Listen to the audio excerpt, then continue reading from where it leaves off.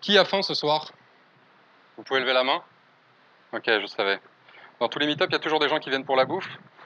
Donc j'ai orienté mon talk un petit peu sur la nourriture, en plus de la migration et l'application, comme ça je pense que ça va vous accrocher un petit peu plus. L'histoire de l'application, de la migration qu'on a commencé en 2015, avec ces 3 personnes, du coup, que je vais masquer pour pas qu'ils puissent m'attaquer en diffamation. On va les nommer Salade, Tomate et Oignon. Tomate, c'est le CTO, Salade, c'est le CEO, Oignon s'occupe de la com chez nous. Donc je les rencontre le 2 décembre 2015 dans un petit bureau où on parle principalement de leur projet, c'est-à-dire Make the World a Better Place. Make the World a Better Place. Vous avez déjà entendu ça dans plein de startups, j'imagine. L'ubérification, payer des auto-entrepreneurs sans couverture sociale. Donc c'est un autre projet qu'ils m'ont proposé. Donc je parle avec Tomate, qui est notre CTO, dont je tairai l'identité. Et il me présente la stack dans laquelle il y a à boire et à manger, du Django, du jQuery, du Angular. Ok, c'est sympa. Qu'est-ce qu'on va faire avec tout ça? Des interfaces. Pendant plusieurs mois, on commence à bosser là-dessus. On est 10 personnes au début dans toute la boîte. Aujourd'hui, on est presque, enfin peut-être même plus de 100, je sais plus, j'ai arrêté de compter. Et on travaille du coup sur cette stack pendant plusieurs mois pour sortir des nouvelles features. C'est fait exprès. Et au cours de ces mois, je découvre des choses fantastiques. Des trucs que vous autres front-end, vous avez sûrement déjà vus, faites par des back-ends ou d'autres personnes. Et j'ai fait un top 3, et je vais vous demander de m'aider à les classer, parce que j'ai pas vraiment réussi. Donc dans le top 3 des hémorragies oculaires, on a utilisé des BR pour faire des margin bottom. C'est un beau classique. On a surclassé des sélecteurs importants avec d'autres sélecteurs importants. C'est pas mal. Je pense qu'il y a une norme qui est en train de passer pour avoir un sélecteur very important ou VIP pour surclasser tout ça. Faire du responsive avec des if en server-side basé sur des détections user agent. C'est tricky, mais c'est juste pour éviter les media queries, je pense. Et je vous en ai mis un bonus. Mettre toute celle de compte dans un fichier JS appelé allin3.js. Parce qu'après tout, je ne mettrai pas le nom de la version dans le fichier. Désolé, mais c'est pas de toi que je parle, c'est de Tomate. Du coup, qui pense que le pire c'est la version 1, levez la main. Le 1, le 2. Le 2 c'est pas mal dégueulasse. Le 3. Ok, pour le 3 et le 4. Ah, c'est le 3. Moi j'étais étonné, je pensais au 4, mais bon. Pourquoi c'est quand même très fort? Parce que quand on est dans une startup à ce niveau-là, c'est quand même très très important d'arriver à un certain cap dans lequel notre startup va vivre. Il y a un moment dans une startup, on ne sait pas si le mois prochain on va continuer. Donc avoir des technos qui sont super durables et super bien rangés, c'est pas super intéressant au début. Et ça nous a permis quand même de penser au futur et de prendre, de pouvoir suffisamment grossir pour lever 7 millions d'euros. Maintenant, on sait qu'on va se caler, on va augmenter notre capacité en dev, et pour ça, il faut qu'on ait une application bien plus intéressante, qu'on parte sur un nouveau projet. Pour ce nouveau projet, on avait déjà un petit souci de base qu'on avait dans l'ancien, qu'on voulait enlever. Sur l'application historique, dont je ne vous ai pas donné le nom, mais qui s'appelle Badoom, on avait un petit projet, on était un développeur front-end, on voulait récupérer de la donnée, c'était dans le template, il fallait un développeur back-end pour nous aider, c'est-à-dire qu'aucun développeur front-end pouvait développer une application tranquillement tout seul. Ce qui est assez complexe à gérer au quotidien, du coup on s'est dit, il faut quelque chose de propre, si on a des nouveaux clients à venir, des applications mobiles, etc., comment on va le gérer, donc il faut qu'on split un petit peu ça. Ça m'a permis de faire le tour du coup de tout ce qu'il y avait dans le JavaScript. Et dans le JavaScript à cette époque, moi j'étais plus sur du AngularJS, donc j'étais un peu has-been. Et vous savez, ça va hyper vite à ce niveau-là. Donc on se remet un petit peu dans la mode du JavaScript, on tombe sur des trucs un peu chelous. Et on se dit, qu'est-ce que c'est que cette mode bizarre? Et puis ça, c'est un peu ce que m'évoquait le CSS in JS à l'époque. Donc, je fais le petit tour, etc. J'ai pas grand-chose en vrai contre le CSS in JS. Mais c'est juste qu'à l'époque, ça me paraissait un petit peu étrange. Donc je rentre dans le choix comparatif entre les 3 plus gros frameworks. Il faut trouver celui de la situation. Et je pense qu'il n'y a pas de bonne ou de mauvaise situation pour un framework. Je pense que c'est avant tout une rencontre d'un framework à qui on tend la main. Et il faut juste avoir une bonne liste de besoins et de points tech pour définir lequel on va choisir. Alors nos besoins, ils étaient simples. Avoir une application front-end performante. On a pensé au Virtual DOM et du coup pas AngularJS, parce que avait créé une navigation sur notre application Badoom en AngularJS qui contenait énormément de liens, donc énormément de listeners, et du coup c'était très chiant à gérer. Je sais qu'il y avait des hacks et tout, on les avait mis en place, et après on avait été obligé quand même, pour pouvoir faire tourner la navigation sur Firefox, de la refaire en JavaScript natif, ce qui est un peu prise de tête quand vous vous choisissez un framework qui est censé vous aider. Pouvoir gérer son style en composant et le réutiliser, ça se voit sûrement, mais de formation je suis designer, je ne sais pas pourquoi je dis ça. Et du coup, moi, c'est très important pour moi de travailler avec les designers étroitement. Et à ce niveau-là, je sais que ce pas des artistes, ces gens-là, et qu'ils ont besoin d'un alphabet pour communiquer. Et ils ont besoin de composants, autant que nous. C'est pour ça qu'à côté, si vous remarquez, à chaque fois, j'ai mis un tomate, c'est pour tout ce qui est tech, et un oignon, c'est pour tout ce qui est UX.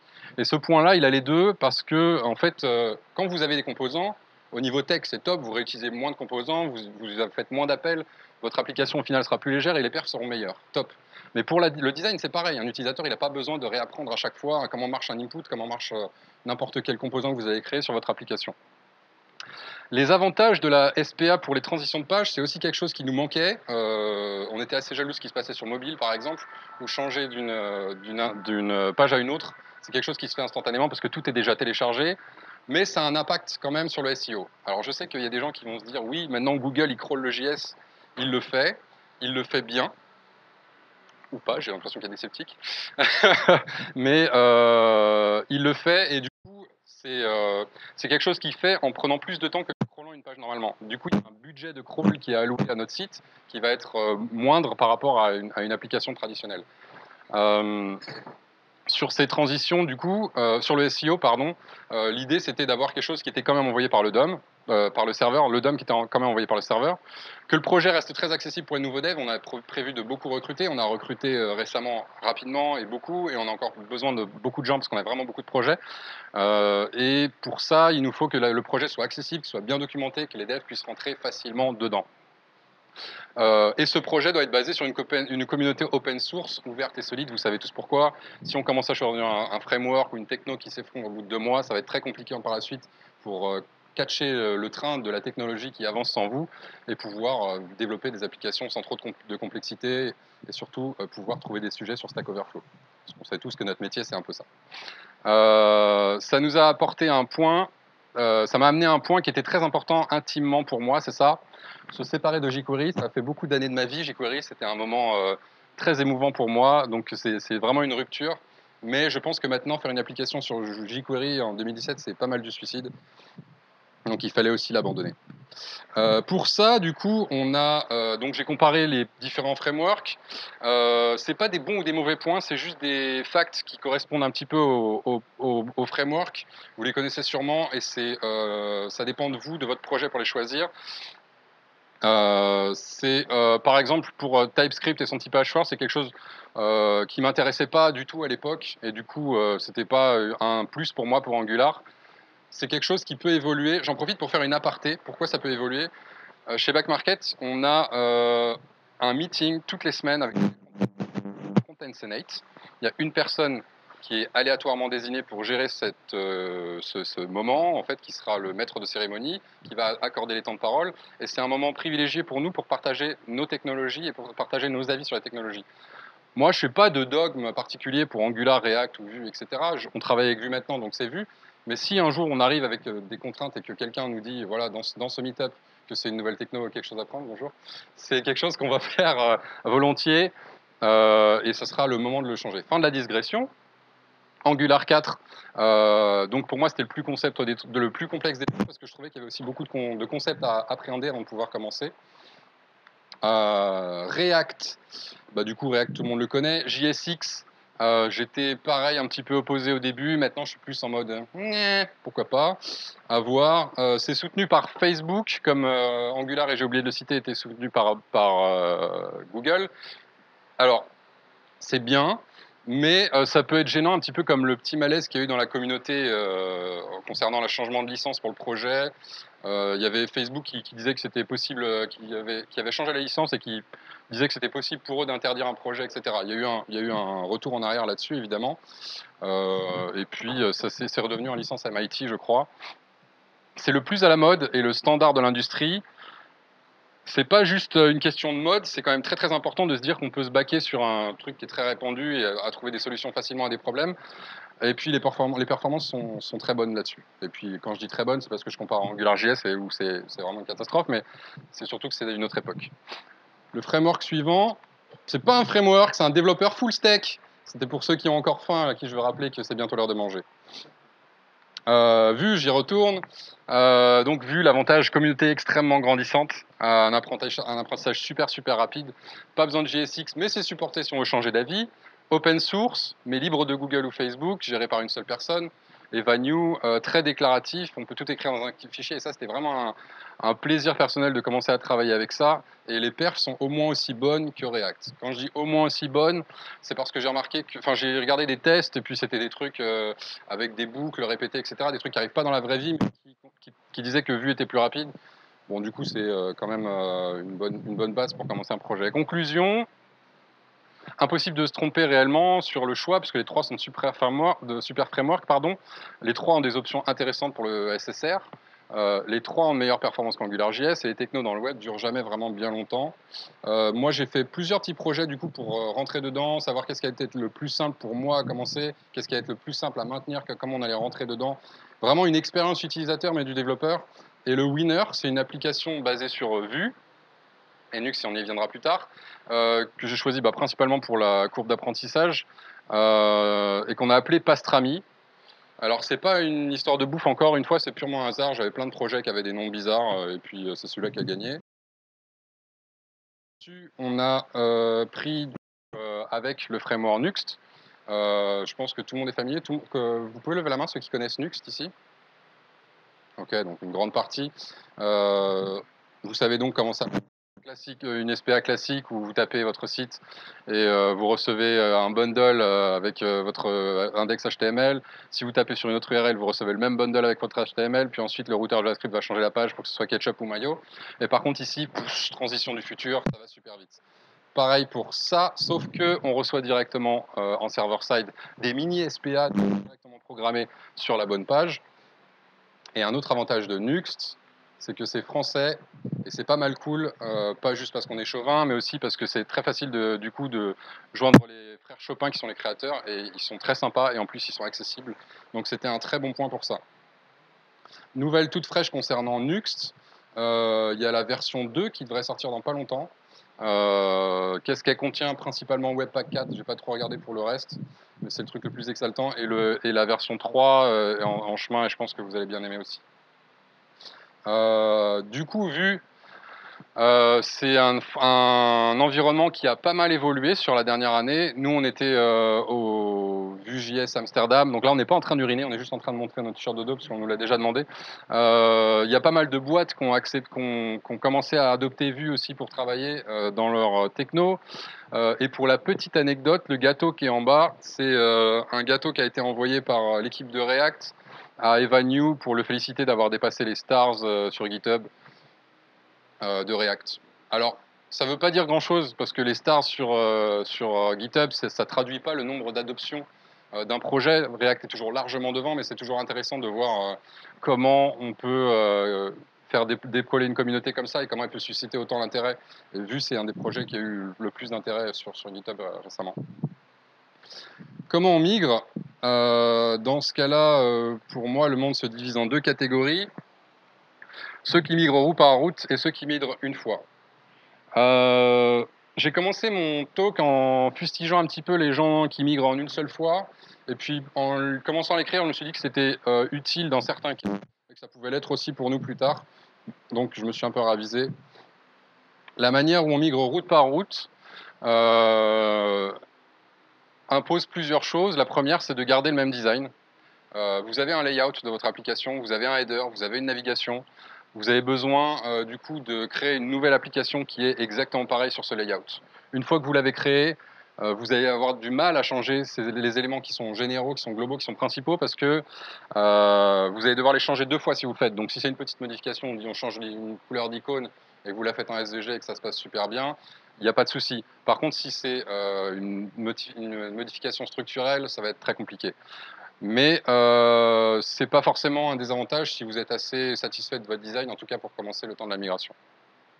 Il y a des performances tech qui sont réduites avant la fin. Pour ceux qui connaissent Nuxt ici, vous connaissez le Nuxt Link, et vous savez que ça ne marchera pas du tout quand vous serez de votre application vers l'autre. Donc vous n'aurez pas de transition de type single page application. Vous aurez juste des transitions classiques SSR, et du coup vous ne bénéficiez pas encore de tout du potentiel maximum de votre application. Un des autres avantages, c'est que ça permet de tester son application en conditions réelles avant la fin, et nous, on en a bien profité. On a release des pages, je vous le dirai un peu plus tard, qui ont dû être rollback, etc. Ça permet aussi ce que j'appelle une migration douce, c'est donc de faire des pauses. En plein milieu, vous avez un product owner qui rentre et qui dit voilà, en fait, on ne peut plus finir ce projet de migration de cette page, il faut qu'on fasse ça absolument parce que OP marketing, parce que contrainte ou parce que fin du monde, peu importe. L'idée, c'est que vous puissiez mettre votre migration en pause et y revenir plus tard.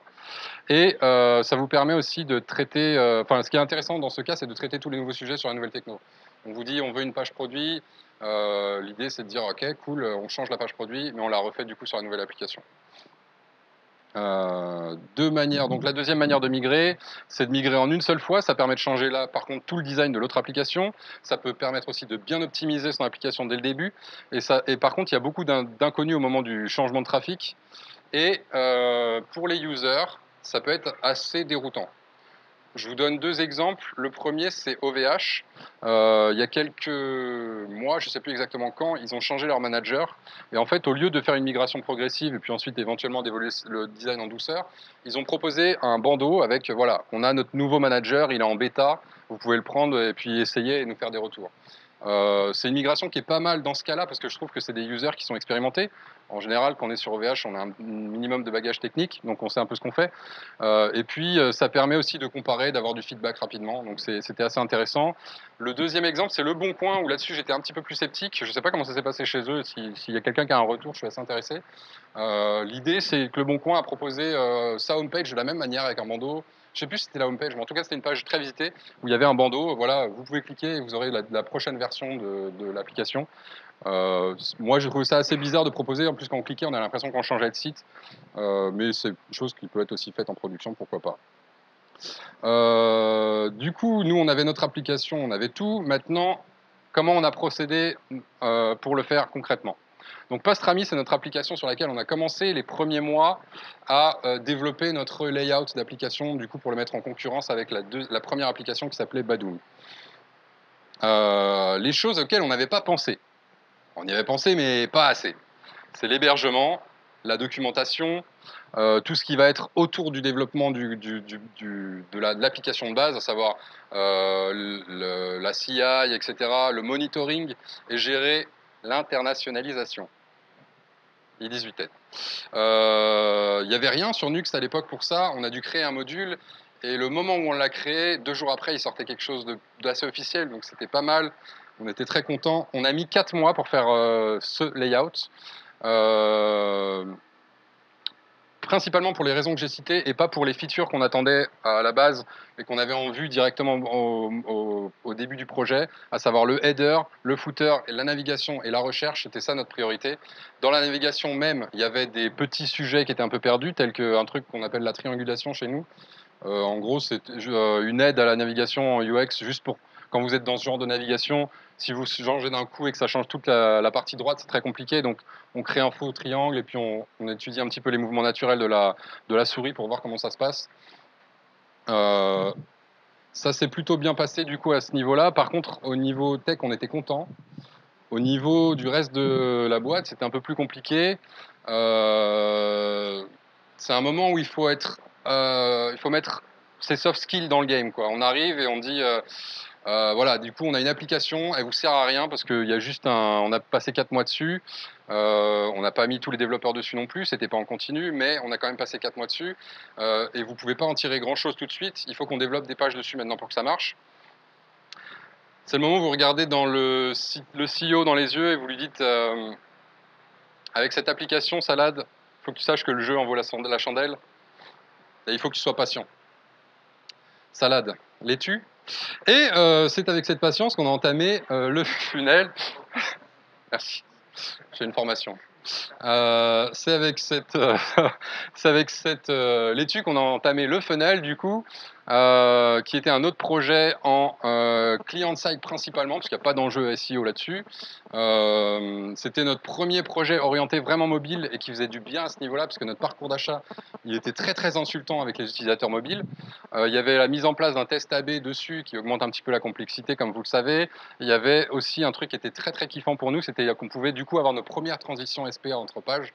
Et ça, c'était vraiment sympa. Il y avait un layout à part à créer et puis ça, il y a eu pas mal d'échecs de deadline là-dessus parce que on devait le sortir pour Noël et ça a été release le 20 décembre. Donc c'est assez difficile de compter sur les commandes le 20 décembre pour le 24. Tout est déjà commandé, donc on est arrivé un petit peu après la guerre, mais ça nous a aussi forgé, appris à dire non sur plein de trucs, de features qu'on aurait dû couper qui étaient beaucoup trop complexes, et puis commencer le test plus tôt parce que c'était ce genre d'interface. Et sur IE par exemple, pour contrôler un petit peu tout ce qui se passait au niveau du paiement, on avait pas mal de galères. Donc on s'est dit, on va la jouer cool pour la prochaine. Et on va faire une homepage, juste refaire la homepage. Et c'était du bonheur. On l'a fait très rapidement, on l'a fait en un mois. C'était du coup pouvoir avoir cette homepage là maintenant que vous connaissez sur le site, pouvoir avoir de l'A/B test dessus et pouvoir surtout s'exprimer sur notre homepage qu'on faisait pas du tout avant, qui était très très bourrin. Il y avait du produit, il n'y avait pas trop de réflexion. Et maintenant, on se permet de s'exprimer et puis un peu de présenter notre projet. Par la suite, comme je vous ai dit tout à l'heure, la possibilité qui est cool, c'est d'avoir une migration douce. Et dans ce genre de contexte, c'est très intéressant. Pourquoi? Parce qu'on a eu une opportunité business. Il y a eu l'opportunité d'ouvrir les États-Unis et du coup d'attaquer le marché américain chez nous. À ce moment-là, on a freeze un petit peu tous les projets qu'on avait, savoir la product page, la landing page, etc., pour pouvoir adapter notre application, qui n'était pas du tout le cas, autant au niveau des API qu'au niveau de Pastrami, sur les problèmes de localisation, de currency, etc. Et puis aussi, un truc assez important, c'est d'avoir une nouvelle ferme de serveurs et du coup de gérer deux régions différentes. C'est quelque chose qui a l'air pas forcément difficile, mais en vrai c'est assez challengeant. On n'a pas eu, nous, trop de difficultés les fronts là-dessus, parce que ça a bien été géré par le back-end, et bravo à eux du coup, parce qu'on a récupéré la donnée directement, travaillé là-dessus avec les currencies qui vont bien, et on était assez content de pouvoir commencer à bosser sur les US.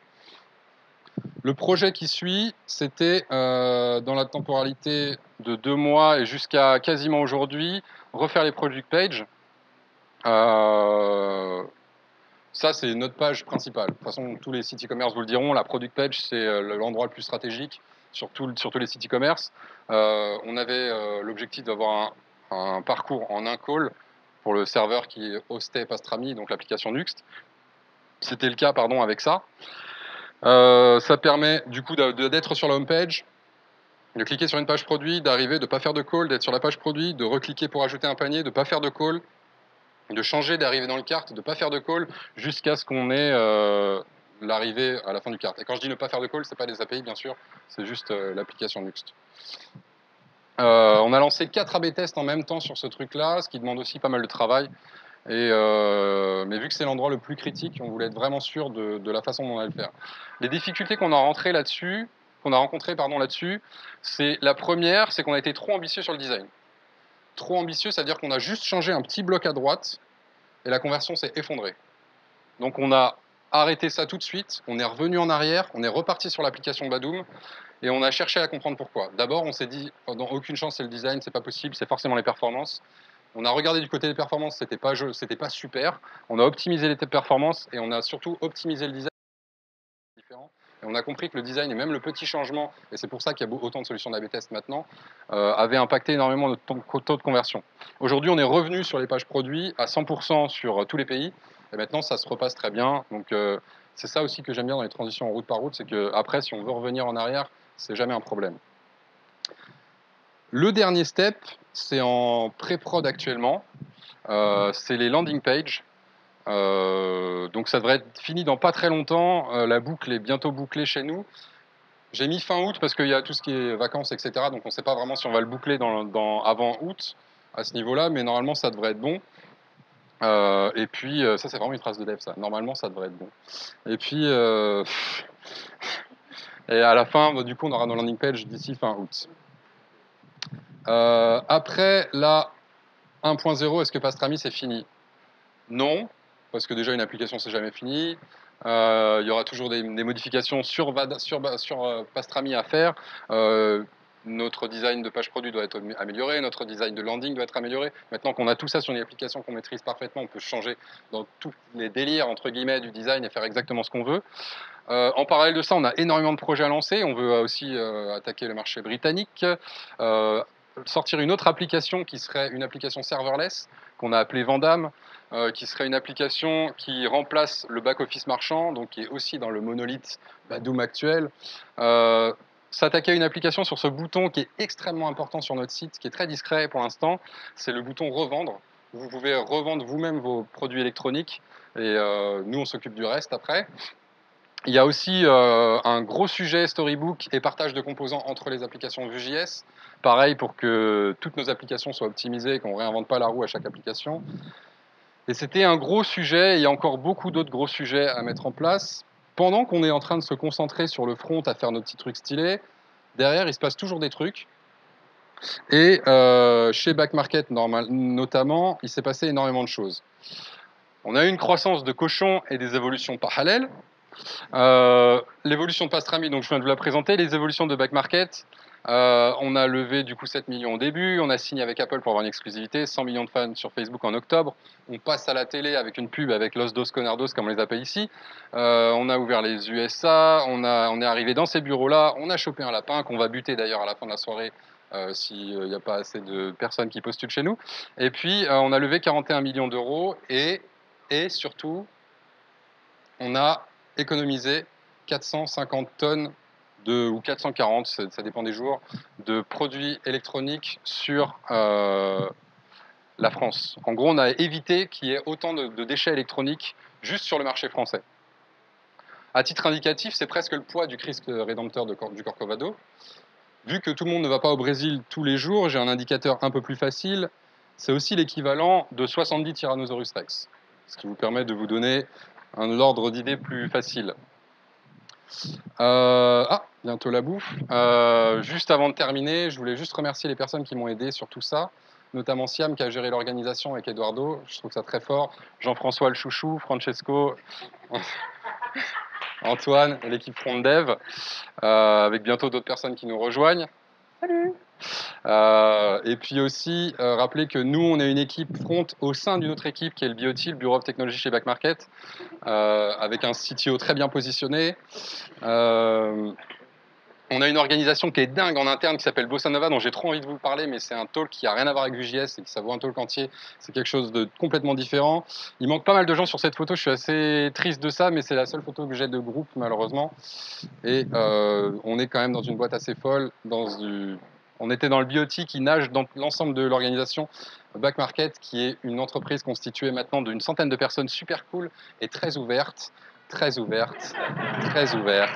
peu trop ouverte. Voilà, merci.